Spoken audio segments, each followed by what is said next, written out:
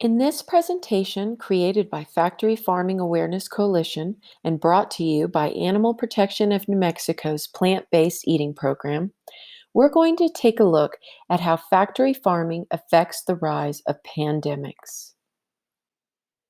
Worldwide, people buy 4 times as much meat as they did 50 years ago. The rising demand has caused farms to become factories. Today, we're going to explore the various ways animal agriculture puts us at risk, especially for pandemics. To get an idea of how, let's begin with some basics. Does anyone want to guess how many animals are bred and killed for food every year in the U.S.?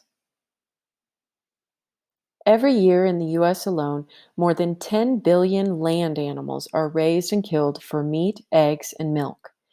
There are more farmed animals in the U.S. alone than there are people on the entire planet. To put it into perspective, that's 285 animals killed every second for food.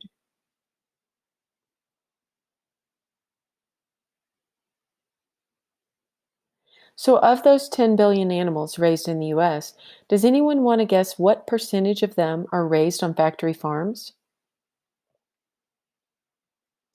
99% of all animals raised in the US are raised on factory farms. So, pretty much any meat you see in a restaurant or at the supermarket is coming from a factory farm. To understand factory farming, it helps to understand its underlying mindset. This was really summed up best by National Hog Farmer magazine. The breeding sow should be thought of and treated as a valuable piece of machinery whose function is to pump out baby pigs like a sausage machine. On factory farms, animals are no longer thought of as living, sentient beings. They are thought of as units of production. This mindset allows farmed animals to be treated in ways we would never dream of treating our dogs or cats. The hallmark of factory farming is intensive confinement. Animals are kept in sheds by the thousands or even tens of thousands for their entire lives. Here we see a mother pig used for breeding piglets raised for pork, who spends her whole life confined in crates and cages so small that she can't even turn around. These are baby calves that have been separated from their mothers. Contrary to popular belief, cows are not magical milk machines that produce milk all the time. They have to have a baby in order to produce milk, and the calves are separated from their mothers and kept in these crates so that all of the mother's milk can be sold for human consumption. Here we see the conditions where about 75% of egg-laying chickens currently spend their entire lives. This is called a battery cage. It's so small that the chickens cannot even turn around.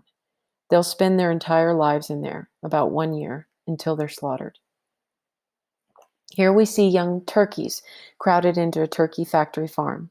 They live cramped in poorly ventilated, ammonia-filled sheds that can burn their eyes. As with the broiler chickens, they are bred to grow much larger, much faster than they would naturally. In fact, nothing much is natural about these animals. They tend to suffer from heart disease, even at a young age, and they can't mate naturally, making it necessary for the females to be artificially inseminated. So again, this is the norm. This is where 99% of animal products in the US come from. This is the standard method of production. As you can imagine, these unnatural conditions are extremely stressful for the animals. Now we're going to discuss how factory farming invites infectious diseases outbreaks like the current COVID-19 pandemic. To make the most profit, factory farms breed animals with certain traits. They produce only large-breasted chickens, for example. A virus can rip through a herd because there are no genetic variations to stop it. Also, the stress of living in such crowded conditions suppresses the animal's normal immune response. Infections can also spread from farmed or wild animals to people. When an infection spreads from an animal to humans, it's called zoonotic. Pathogens can travel directly or through a vector, such as a mosquito or tick. Infectious disease experts agree that future pandemics are likely to be zoonotic. COVID-19 is a zoonotic infection. Scientists believe many early cases of COVID-19 originated in a live animal market in Wuhan, China. Live animal markets, where vendors sell and slaughter animals on site, are breeding grounds for disease. Wildlife is sometimes sold alongside domesticated animals. COVID-19 probably spread from a bat or bat feces to a pangolin in a live animal market and then jumped to humans. Pangolins are the world's most highly trafficked wild animals. In some parts of Asia, people consider pangolin meat a delicacy. Healers sometimes use their scales in traditional medicine. Live animal markets aren't the only places wild animals come into contact with farmed animals and humans. The rainforest is another. We've all seen pictures of the fires in Brazil. After loggers burn or cut down the trees to sell as timber, farmers and ranchers take over. They graze cows and grow grains to feed them. Germs can jump from wild animals to people and livestock, spreading infection. Rainforest destruction also reduces biodiversity, which helps us to survive pandemics and extreme weather events.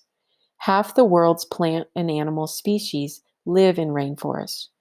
Ranchers replace all these native species with cows and grain. Infections that spread to humans in a live animal market or a rainforest don't stay there. Historically, outbreaks of disease stayed in specific areas or regions. Today, an infected person, animal, or animal product can travel anywhere in the world in 24 hours. And until an outbreak occurs, the infection goes undetected. Climate change also helps infections like COVID-19 to spread more easily. Climate-driven extreme weather events cause famine and food shortages. Undernourished people are vulnerable to viral infections. Melting ice and rising sea levels force animals closer to humans, again increasing our likelihood of contracting a zoonotic disease. At the same time, our ability to treat infections may be at risk. In the US, farmed animals now get 80% of antibiotics to prevent outbreaks of disease in crowded and unsanitary factory farms and to make the animals grow bigger and faster. When antibiotics are overused, bacteria develop the ability to defeat the drugs designed to kill them. Doctors have been using antibiotics to treat bacterial infections for 75 years. Many doctors fear that they'll run out of effective antibiotics within the next decade. Antibiotic-resistant bacterial infections threaten us all. Most meat products that you see in the supermarket contain antibiotic-resistant bacteria. You could get sick or even die from eating undercooked meat or food that has come into contact with raw or undercooked meat. But the risk of getting an antibiotic-resistant infection is many times greater for factory farm workers. MRSA is a deadly strain of antibiotic-resistant bacterial infection linked to pig farms. Like COVID-19, MRSA is especially dangerous to older people and people who suffer from chronic illness. Not only workers, but also their families and communities can become infected. People living near factory farms are nearly 3 times more likely to be carriers than those who live slightly farther away. Now we're going to talk about how factory farming harms workers at meat processing plants, including exposing them to diseases like COVID-19. Slaughterhouse workers face one of the single most dangerous jobs in the country. If you worked in a slaughterhouse, your job might be cutting the right leg off cows. You're doing the same one motion thousands of times a day. This results in high rates of repetitive stress injuries, also called cumulative trauma injuries. Some of the workers can't even undress themselves when they get home because their muscles are clenched in working position. Because of the cramped conditions and the near impossibility of social distancing in the slaughterhouse, the people who are forced to work in the cold, cramped conditions have caught and transmitted COVID-19 at significantly higher rates than the normal population. A CDC report released in July of 2020, containing self-reported data from 21 states, found that 87% of reported COVID-19 cases among meatpacking workers were in racial and ethnic minority workers. To keep meat companies from losing money during the pandemic, President Trump activated the Defense Production Act, calling meat critical infrastructure. This prevents states from shutting down meat plants despite the risk to workers. The act also protects companies from being sued for worker illness or death. The League of United Latin American Citizens, or LULAC, is raising awareness of the COVID-19 risk these workers are facing. More than half of workers in U.S. meatpacking plants are immigrants, and 44% are Latinx. LULAC, which is the country's oldest and largest Latino advocacy organization, led a Meatless Monday campaign in May 2020. People who live or work in COVID-19 hotspots, including meat plants, are most likely to get COVID-19. Older people who suffer from chronic heart disease, high blood pressure, or diabetes have especially high risk of severe illness, including the need for a ventilator or death from COVID-19. All three of these conditions are strongly linked to eating meat. So let's talk about solutions. Consumer demand for meat has increased since the pandemic started. Supermarkets haven't been able to keep up.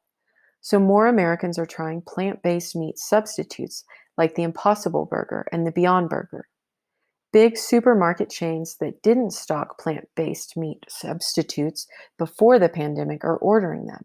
Sales of plant-based meat substitutes are up 264% since March. We may soon see a new alternative to conventional meat in the supermarket. Cultured or cellular meat is meat grown outside of an animal from a small cell sample. It doesn't involve factory farming or slaughter. Workers in cultured meat plants won't be at risk for infections like COVID-19 or Mrsa. Cultured meat emits 96% less greenhouse gases and uses 99% less land, 96% less water, and 45% less energy.